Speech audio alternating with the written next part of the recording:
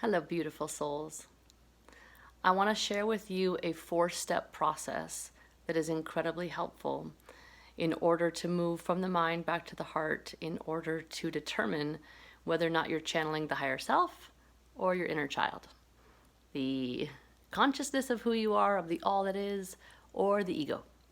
So, the first step is that when you are in an emotion that you know is fearful, you know that you're not feeling good.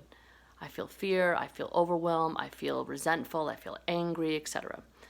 That is the first indication that you're channeling the inner child. That's your inner child's feeling, not yours. The truth of who you are is the same today, tomorrow, always. That can never be shifted.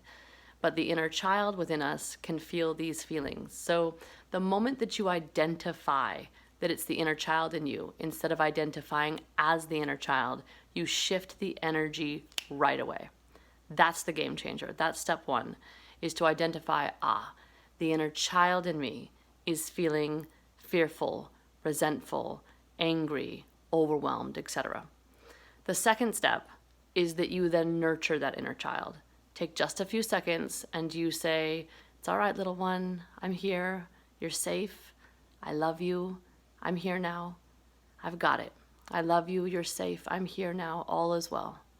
And be tender with it, and that's going to bring a sense of peace to your heart for a few seconds. Not a long time, but a few seconds. That's step 3. You feel that peace for a second.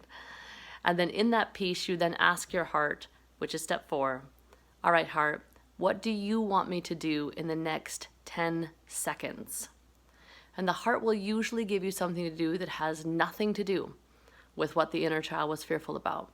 The heart will tell you, go watch the birds for a second, or go finish that chapter of the book you were reading, go make a cup of tea, etc. So then when you follow what the heart has asked you to do, you have then made a redirect away from the mind to the heart, away from the inner child, but with love, back to the truth of who you are as consciousness, as higher self. And this 4-step process, even if you remember to do it once a day, is a game changer.